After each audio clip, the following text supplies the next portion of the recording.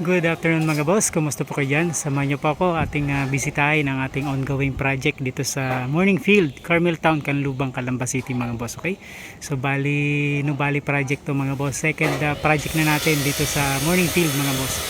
So ngayon, activity mga boss, bali yung upper beam mga boss, okay? So yung tinatawag na roof beam, so yun na yung ating activity ngayon mga boss. So bali nakapaglagay na ng runner, the same time yung bakal, reinforcement bar kinakasan na rin ni boss Berdan tsaka ni Foreman Joseph.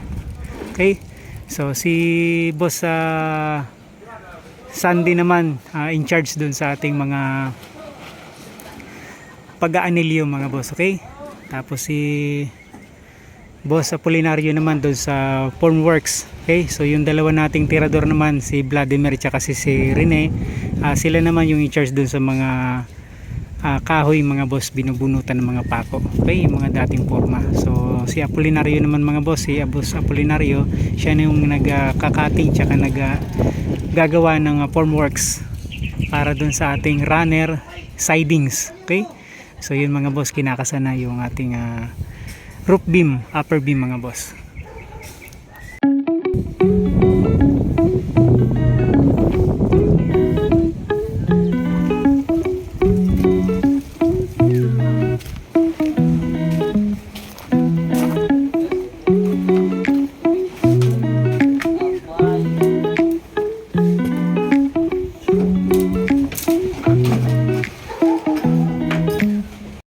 So yung dito naman mga boss, yan papatagin na natin to para dito natin ipapasok yung mixer mga boss. Tapos dito natin ilalagay yung mixing board para yung halo mga boss, iangat natin dito yung pulley papunta dun sa taas. Yun yung pag nagbuhos na tayo nung beam.